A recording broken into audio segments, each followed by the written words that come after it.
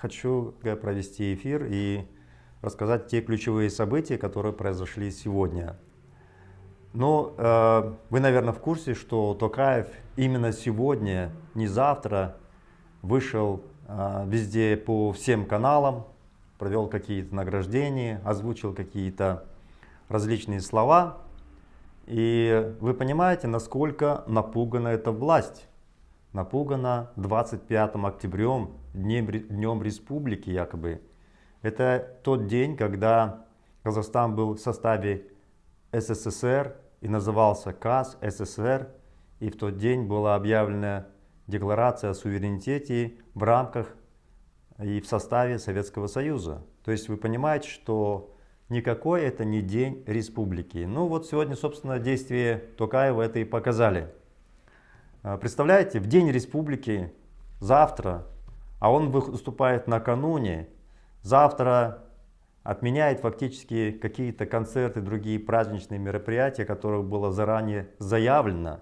Что такое республика? Республика — это голос народа, это совещание с народом, это вместе с народом. Это, в реальности мы видим, что ничего этого нет. И этот человек, который себя называет президентом, напуган, нагнал полицию в разные города. И в школах ходят учителя, запугивает, говорит: не ходите завтра на митинг. Ну вот и теперь я хотел бы основные месседжи, которые озвучил Токаев, вам рассказать. Вот представьте себе, что длительное время в казахстанских кинотеатрах шел фильм Дулата Мырзахипа Дулата «Оян казах көтер басты». И наши люди плакали, прослезились, рассказывали, какой был раньше режим плохой, сталинский и так далее, что люди погибали, расстреливали, голодомор и все прочее.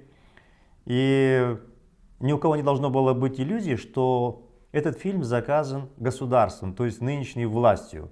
А власть, если что-то заказывает, то совершенно другие цели преследует, чем те, которые вы увидели и услышали. То есть речь идет о том, что это государство хочет сказать, что сейчас все по-другому.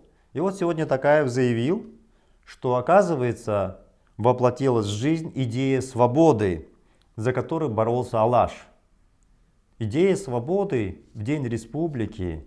Вы знаете, сейчас массовые пошли аресты активистов. За что? За то, что, например, представители партии «Алга Казахстан» бегали по паркам в честь Марата Желомбаева. Просто бегали, делали пробежку километровую. Их задержали.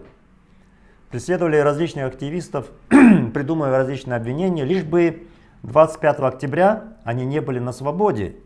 То есть, оказывается, Алаш, представители Алаша думали о идеях свободы и все прочее. И вот, пожалуйста, Токаев его реализовал. То есть задерживают людей, репрессии, аресты и все прочее. Оказывается, об этом мечтали представители Алаш. Представляете, какой цинизм?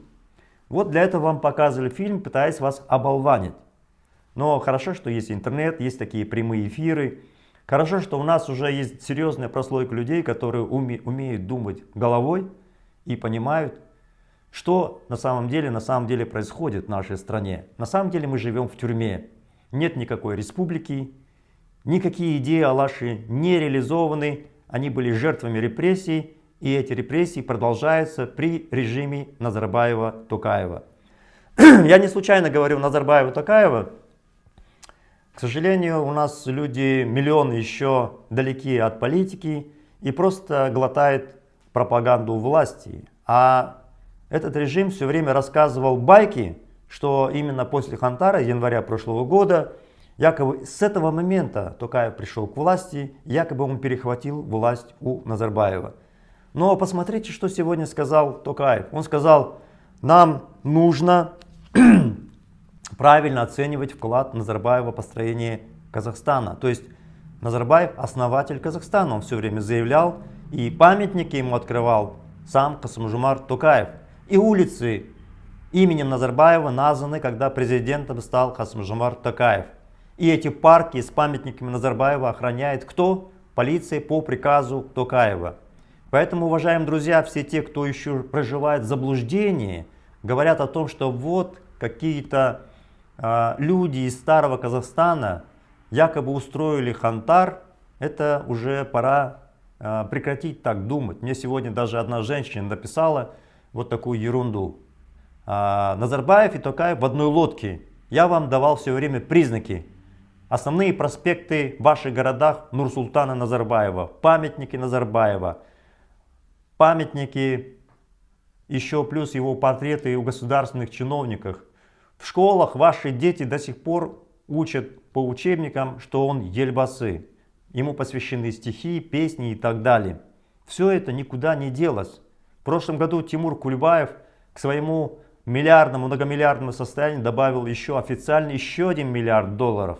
Вот вам реальность, уважаемые друзья. Поэтому ни у кого не должно быть иллюзий. Токаев продолжатель режима Назарбаева, они с ним вместе в одной лодке делят деньги. И эта власть узурпирована в пользу этого режима. У нас за период так называемой независимости больше чем 30 лет власть ни разу не менялась. Она просто название поменяла, вместо Нур-Отан сделали Аманат, а суть ее осталась прежней. Поэтому, когда люди пишут там в комментариях, ладно, Мухтар Аблязов заточился на Назарбаева, война и все прочее, зачем он трогает Токаева? Это режим Нурсултана Назарбаева и Токаева. Уважаемые друзья, диктаторский режим, когда власть сосредоточена в одних руках. И мы должны это разрушить, ликвидировать должность президента, построить парламентскую республику. Что мы видим?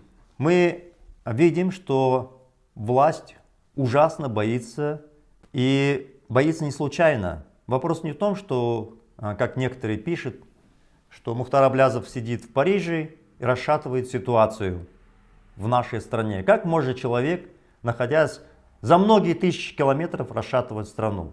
Ее и шатать не надо.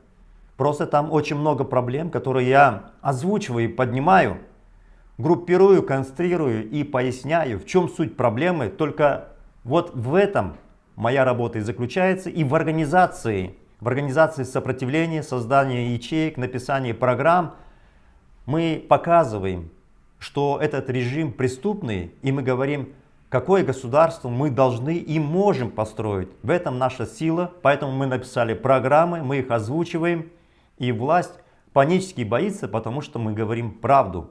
Еще никто, ни Назарбаев, ни Токаев, ни его премьер-министры, ни министры не смогли опровергнуть наши программы. Ни один. Я многократно говорил, они могут выходить всем правительством против меня одного, я выйду без бумаг, буду говорить цифрами, аргументами, пожалуйста. Но никто за это время не смог противостоять.